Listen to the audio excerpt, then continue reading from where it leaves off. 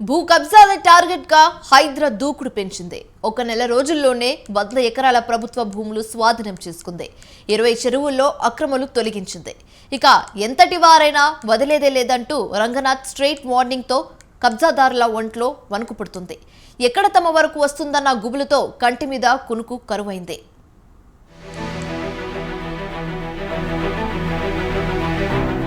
హైడ్రా ఎంట్రీతో అక్రమదారుల గుండెల్లో రైలు పరిగెడుతున్నాయి.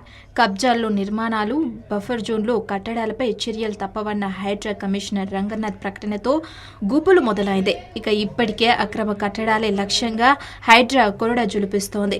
ఈ సంస్థ ఏర్పడిన నాటి నుంచే అక్రమ నిర్మాణాలపై ఉక్కుపాదం మోపుతుండటంతో కూల్చివేతలు కొనసాగుతున్నాయి.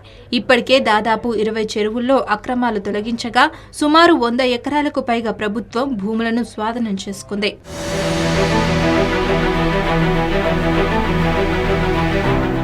మొదటి దశలో భాగంగా అక్రమ కట్టడాలను కూల్చివేస్తామని, రెండో దశలో భవనాలు నిర్మించిన వారిపై చర్యలు తీసుకుంటామని, మూడో దశలో చెరువుల పూడిక తీసేస్తామని రంగనాథ్ హెచ్చరించారు.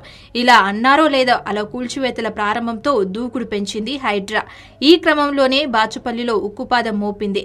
ప్రగతినగర్లో 134 సర్వే నెంబర్లో గల 3.303 ఎకరాల్లో విస్తరించిన ఎర్రకుంటలో నిర్మిస్తున్న 3 బహుళ అంతస్తుల భవనాలను హైడ్రా కూల్చేసింది. గత ప్రభుత్వం ఇక్కడ నిర్మాణాలు చేపట్టేందుకు మ్యాప్స్ ఇన్ఫ్రా సంస్థకు అనుమతి ఇవ్వగా అవి ఎర్రకుంటకు చెందిన FTL బఫర్ జోన్ భూముల కిందకు వస్తాయని పేర్కొంటూ ఆ అంతస్తులను నేలమట్టం చేసింది.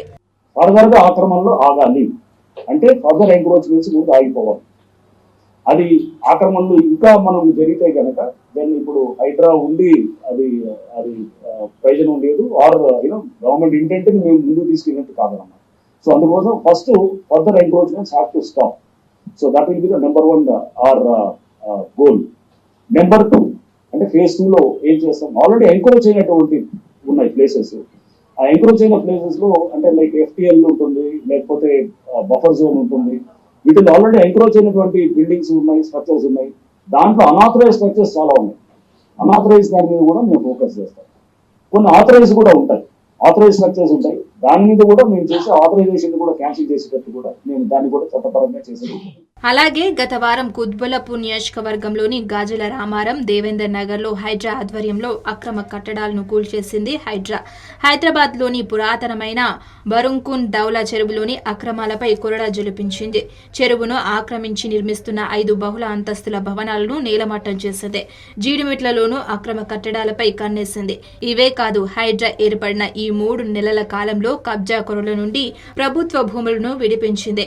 సుమారు 100 ఎకరాలకు పైగా గవర్నమెంట్ ల్యాండ్ స్వాధీనం చేసుకుంది. జూబ్లీస్ లోని నందగిరి హిల్స్ కు సంబంధించిన 2000 గజాల పార్కు సంస్థలో గురు బ్రహ్మ నగర్ వాసులు గుడిసెలు వేసుకున్నారు.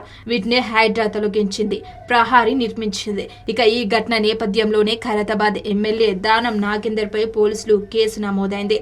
దీంతో తెలంగాణలో అధికార పార్టీకి అనుబంధంగా ఉన్న ఓ ఎమ్మెల్యేపై పోలీసులు కేసు పెట్టడం రాజకీయ వర్గాల్లో చర్చనీయాంశంగా మారింది. కేసుపై స్పందించిన దానం నాగేందర్ కొత్తగా ఏర్పాటైన హైడ్రా కమిషనర్ ఏవి రంగనాథ్ పై పలువురు కీలక వ్యాఖ్యలు చేశారు. తనను ప్రహారీ గోడను తొలగించిన కేసులో A3గా పేర్కొనడంపై ఆగ్రహం వ్యక్తం చేశారు.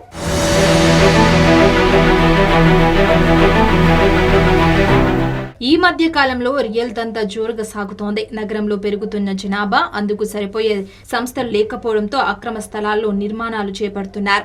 రియల్ ఎస్టేట్ ముసుగులో అమాయకులకు అంటగడుతున్నారు. అయితే ఫేక్ డాక్యుమెంట్లతో మోసం చేస్తున్నారు. ఇక ఇప్పుడు హైడ్రా ఏర్పాటుతో అలాంటి రియల్ వ్యాపారుల గుండెల్లో గుబులు మొదలైంది. ఇక చెరువులు, కుంటలు, ప్రభుత్వ భూములు కబ్జాదారులపై చర్యలకు ఉపక్రమించింది. ఎన్ని అంతస్తులైనా సరే అక్రమ నిర్మాణాలను నేలమట్టం చేస్తోంది.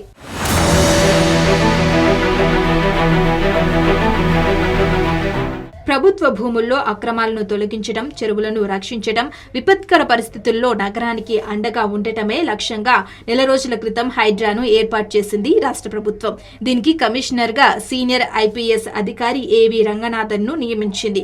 ఈ సంస్థ కోసం దాదాపు 3000 మంది అధికారులు, ఉద్యోగులు, సిబ్బందిని నియమించడానికి సర్కార్ ఆదేశాలు జారీ చేసింది. అలా ఏర్పాటైన హైడ్రా దూకుడు పెంచడంతో కబ్జాదారులు వణికిపోతున్నారు. ఇక హైడ్రా కొరడాతో ఇంకా ఎన్ని భూ కబ్జాలు నిజాలు వెలుగులోకి రానున్నాయి. తర్వాత పరిణామాలు ఏంటి అన్నది ప్రస్తుతం ఆసక్తికర అంశంగా మారింది.